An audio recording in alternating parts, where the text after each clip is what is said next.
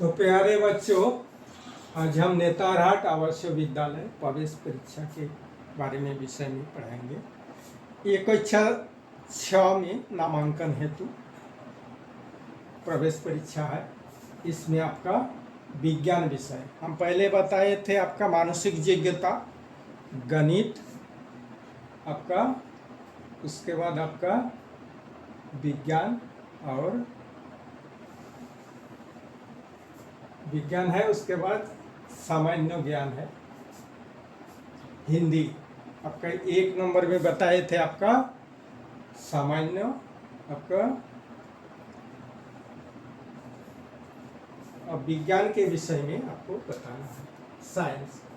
ये आपका चौथा सब्जेक्ट है। फर्स्ट सब्जेक्ट क्या है आपका? मानसिक योग्यता, 2 नंबर है आपका हिंदी, और 3 नंबर है गणित, और 4 नंबर है विज्ञान, 5 नंबर है आपका सामान्य ज्ञान। सभी में आपका 20-20 नंबर का परीक्षा होता है, हम पहले बता चुके हैं। 5 नंबर का आपका ऑब्जेक्टिव और 15 नंबर का सब्जेक्टिव। तो ये ऑब्जेक्टिव के बारे में पहले बता रहे हैं सब सब्जेक्ट का। तो पहले आता है विज्ञान का भाग क, ये आता है 5 मार्क्स का। उसके बाद आपका 15 मार्क्स का बाद में बताएंगे। तो क्या है, 1 नंबर है बीजावरण से क्या तात्पर्य है? बीज युक्त आवरण शब्द में जो अर्थ होता है, इसमें बीजावरण, बीज युक्त आवरण। इसमें आपका इसको शाब्दिक अर्थ करिए, बीज युक्त आवरण।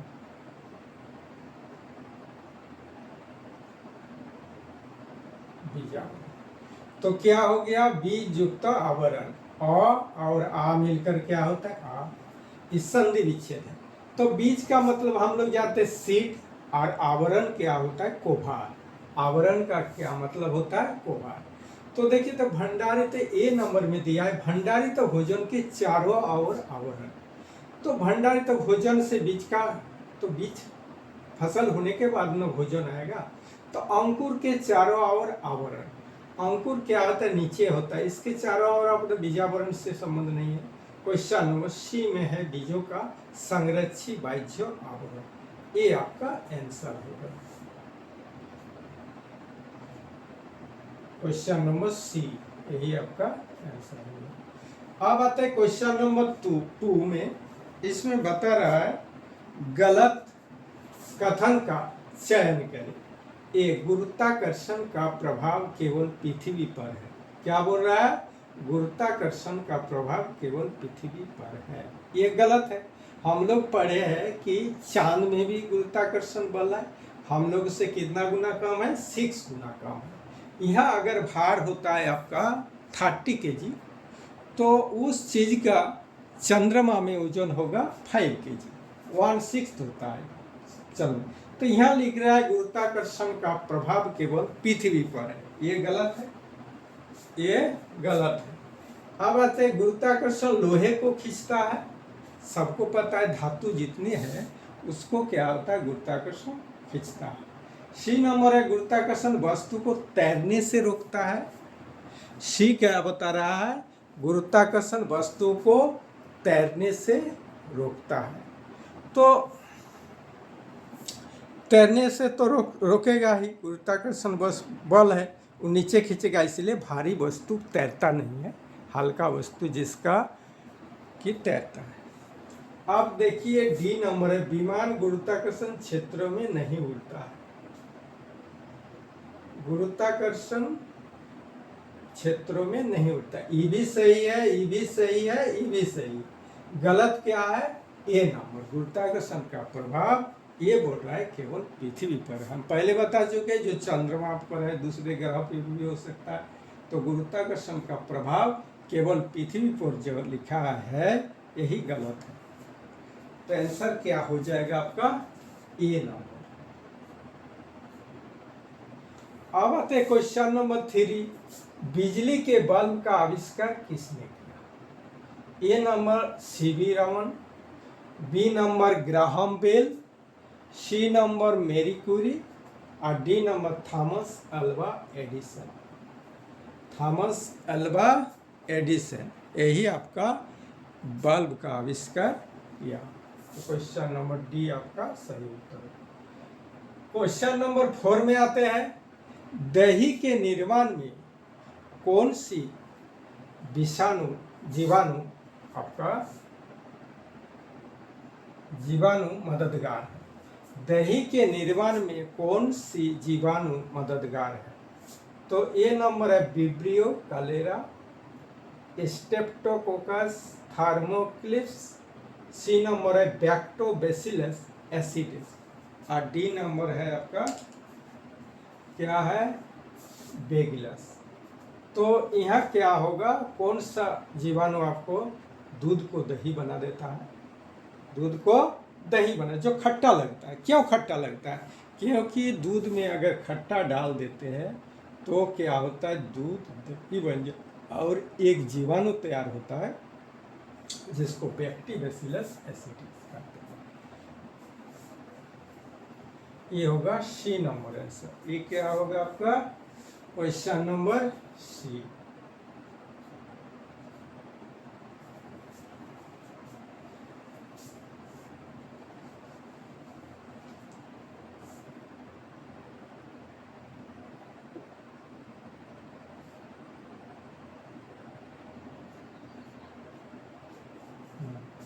अब आते हैं मसूड़ों से खून आना,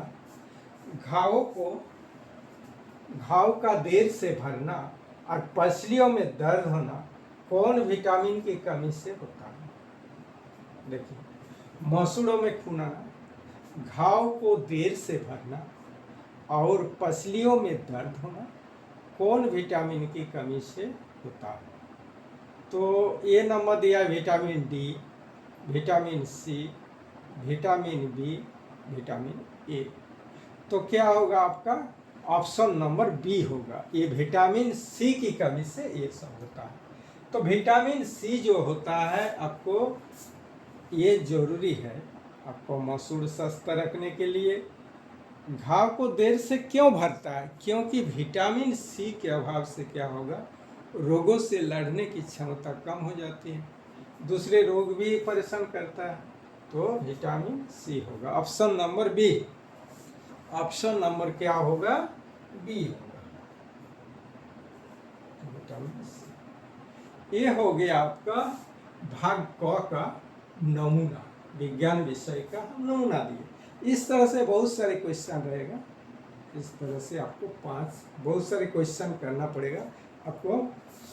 जैसे सब्जेक्ट में भी रहेगा, सब्जेक्ट में आपको जितने भी मात्रक है वो करना पड़ेगा।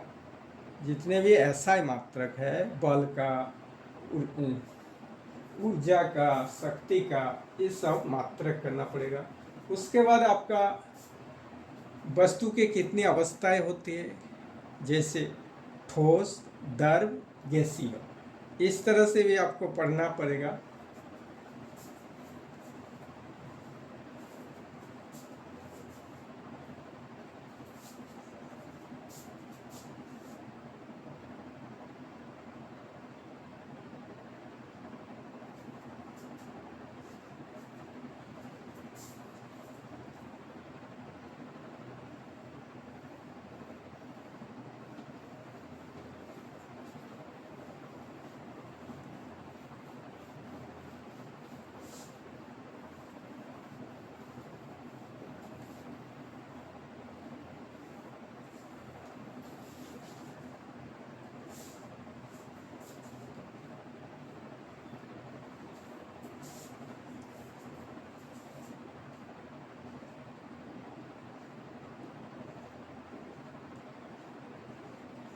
ये आपका साइंस जो है इसका प्रथम खंड आपको नमूना बता दिए कि 5 गो ऑब्जेक्टिव रहता है, 5 मार्क्स। उसके बाद 15 मार्क्स का जो होता है सब्जेक्ट विषय निष्ठ। दूसरा क्या होता है, विषय निष्ठ।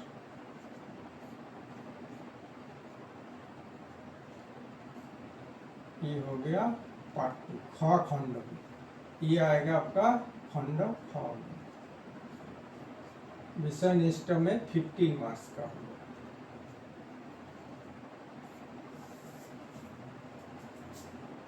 तो बताइए आपको पदार्थ का कितने अवस्थाएं होती है?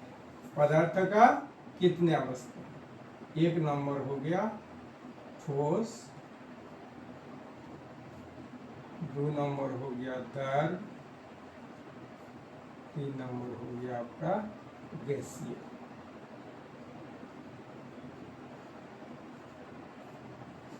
सॉलिड, ये हो गया सॉलिड आपका, ये हो गया लिक्विड, और ये हो गया गैसियस। तो आपका ठोस क्या है? जितने भी वस्तु का आकार होता है निश्चित और निश्चित आयतन होता है, वो सब ठोस होता है। द्रव क्या होता है? जिसके आकार नहीं होता है लेकिन आयतन होता है। द्रव का क्या है?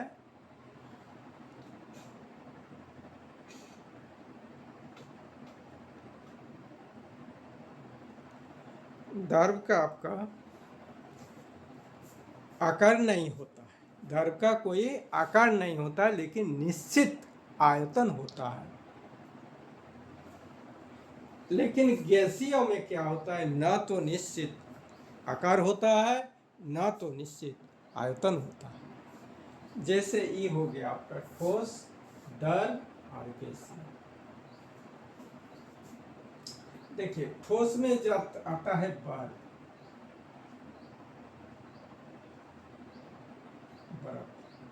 ये होगा आइस।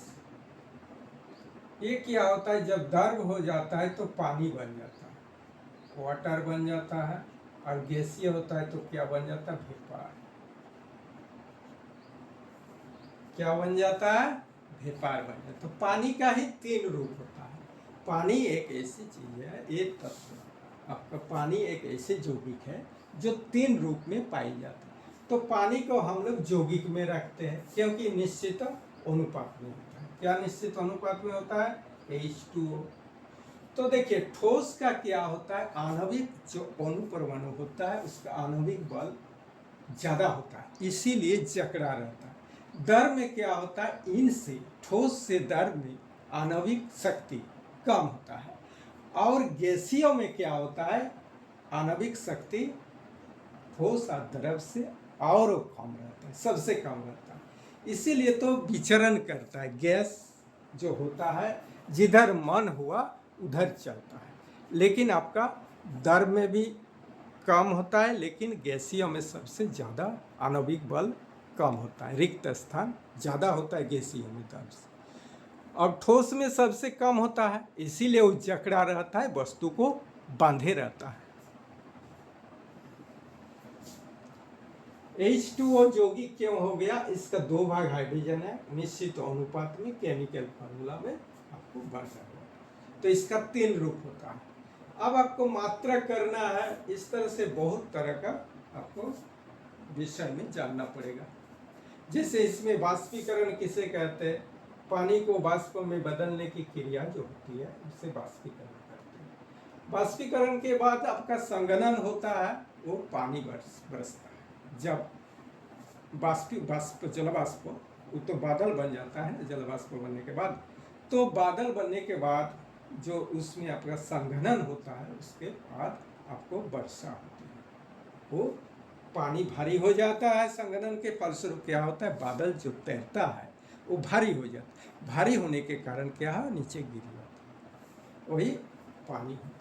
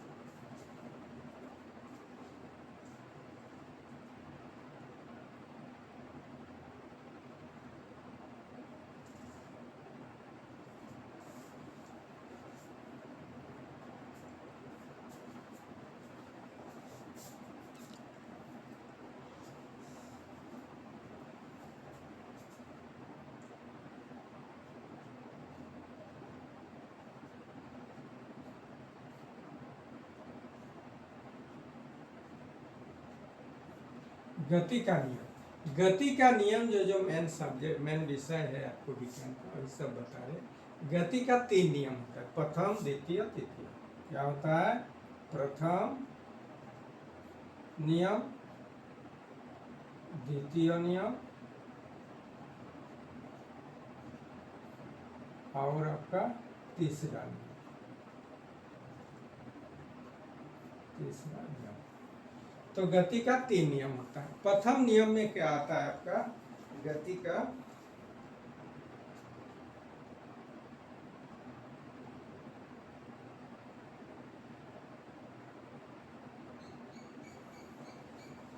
न्यूटन का कोई भी आपका पिंड अपनी पूर्वावस्था में तब तक बना रहता है जब तक कि इस पर कोई बाह्य बल नहीं लगा जाए। ये फर्स्ट रूल बता रहा है आपका। न्यूटन का प्रथम रूल क्या बता रहा है? जब तक किसी पिंड पर बाह्यिक बल, बाहरी बल नहीं लगाया जाता है तो ये क्या होता है आपका? गति वस्तु गति अवस्था में रहता है और विराम वस्तु गति अवस्था में नहीं आता है। वस्तुओं की पूर्वावस्था में बने रहने को जड़त्ता कहते हैं। वस्तुओं की पूर्वावस्था में बने रहने को क्या कहते हैं? जड़त्ता कहते हैं। प्रथम नियम में आपका बता रहा है कोई भी वस्तु आपका प्रथम गति अवस्था में गति में ही रहता है और जड़ अवस्था में जड़ में ही रहता है, तो जब तक इसमें बाह्य बल नहीं प्रयोग किया जाए।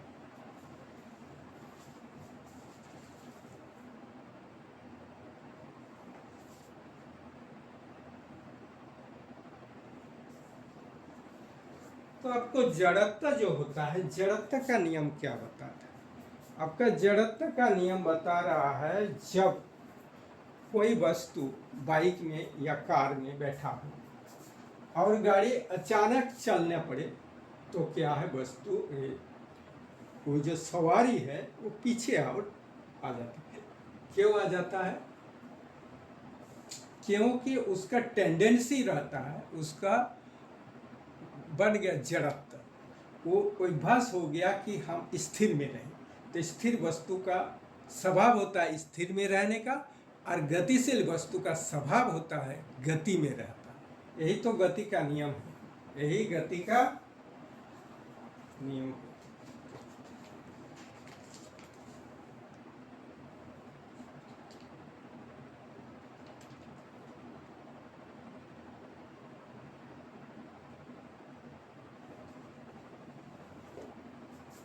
गति का जो तीसरा नियम है आपका, तीसरा नियम बता रहा है आपका कोई भी वस्तु, कोई भी चीज आपको जब क्रिया किया जाता है, प्रत्येक क्रिया के समानार्थी और विपरीत प्रतिक्रिया होता है।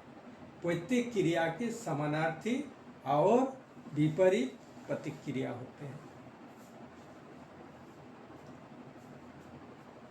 एवरी एक्शन, प्रत्येक क्रिया की every action has a similar and opposite reaction. प्रत्येक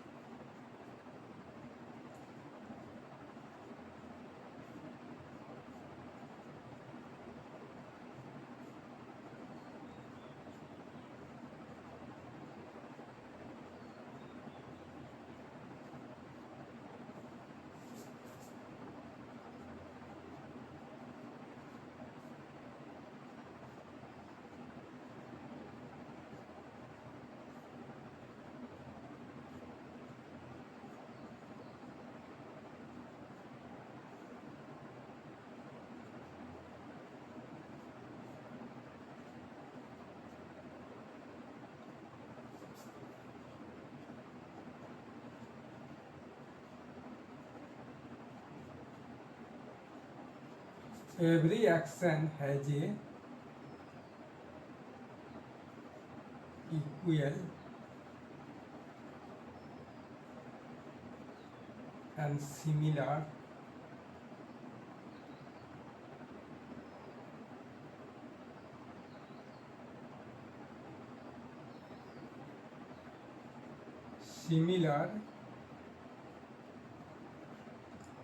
and opposite reaction.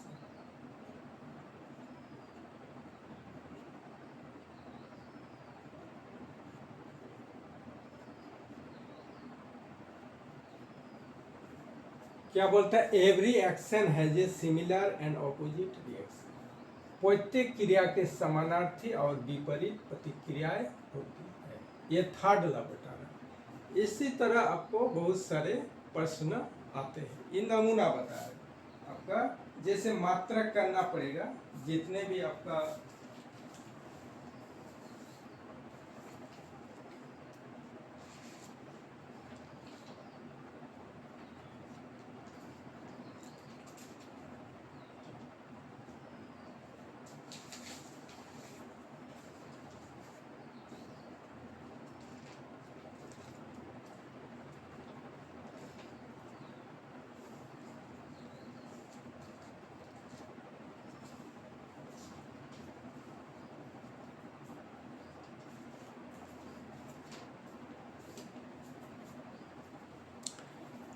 अब आपको नेक्स्ट क्लास बताएंगे आपका विज्ञान के विषय में।